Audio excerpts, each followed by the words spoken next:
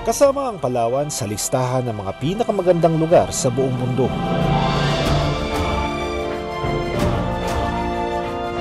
Bakit nga ba hindi? Bukod sa mga malaparaisong isla, hitik rin ito sa likas yaman at mga buhay ilang.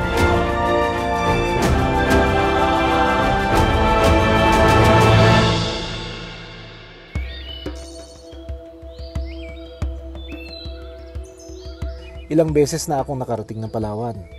Pero sa bawat pagbisita, may bagong matutuklasan at makikita.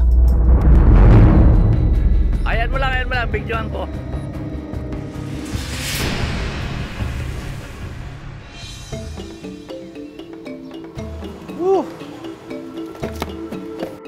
Finally, nakalabas na rin kami out of Manila and we're now here in Palawan. It is our first expedition after almost 2 years because of the pandemic, no?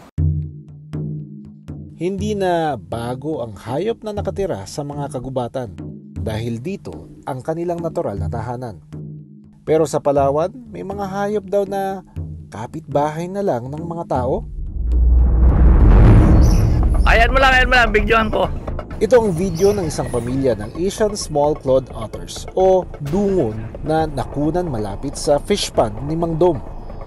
Sa loob ng 14 na taon, hindi pa ito nakukunan ng aming team sa wild.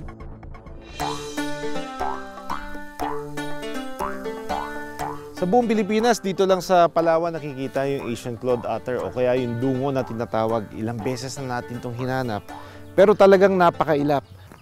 Andito po yung kung saan sila malimit na parang nakikita namin nung pinag-iipunan nila ng manahuli.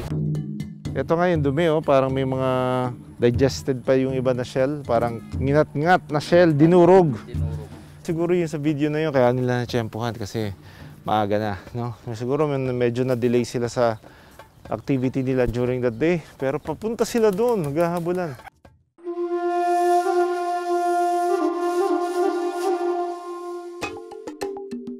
Ngayong araw, susubukan namin ang aming swerte na makunan ang mga dungon.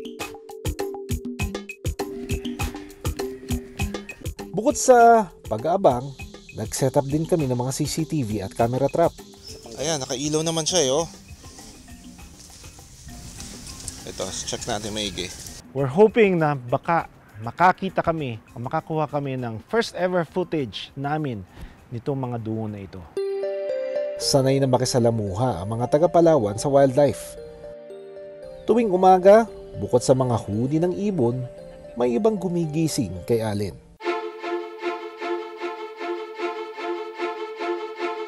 Ito ang bising o ang Southern Palawan tree squirrel na nasa likod lang ng kanilang bahay.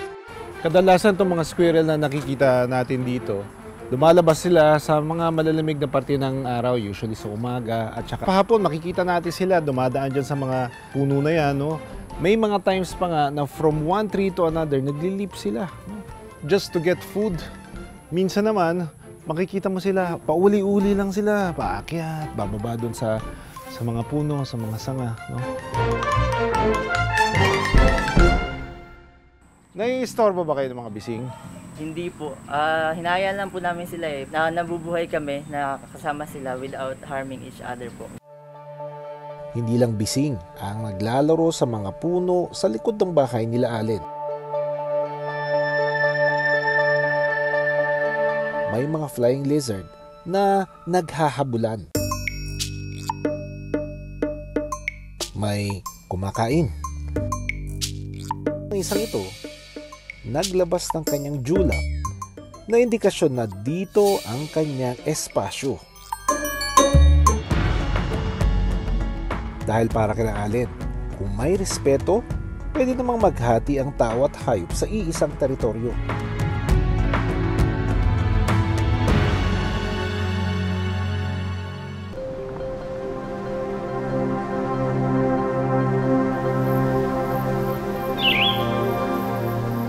Maraming lugar sa Palawan na kahit saan ka tumingin, maraming hayop na makikita. Minsan nga, halos nasa bakuran mo na lang.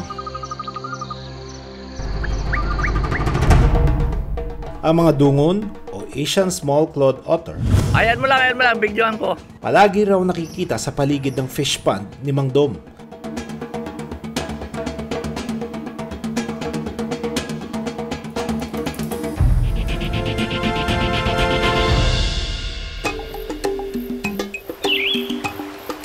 Sinubukan naming sundan ang mga bakas nila. Ayan o, tignan mo. Yung mga dungon natin, yung mga paa nila. May iba lang ibang size, may maliliit na version ng mga post na yon na nandito sa mismo sa riverbank.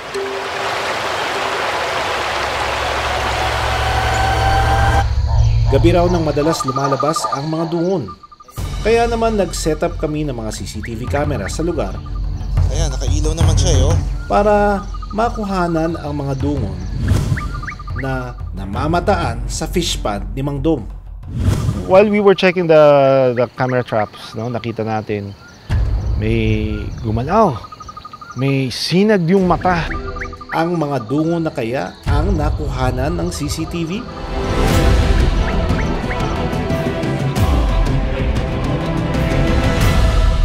We got so excited already. Pagtingin namin, pusa lang pala. Hintay pa tayo, we forwarded the video.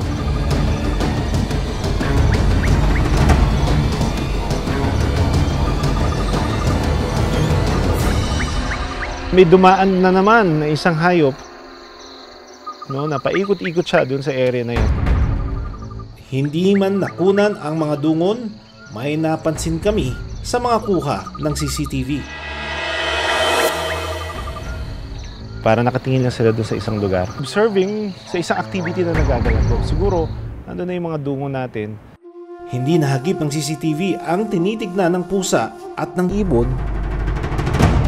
Kaya minabuti naming maglagay ng isang camera trap. Kapag may movement dito, madedetect niya yan, it will start recording. So first time if ever na makukuha na natin ng video na tayo yung mismong kukuha dito sa mga dungo na ito.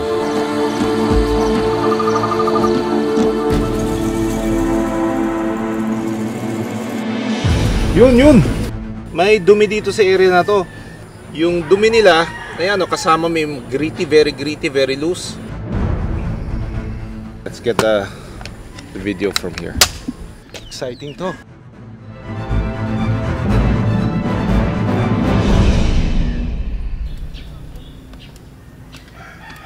Ito na yung ano natin. Woo! Ayan oh!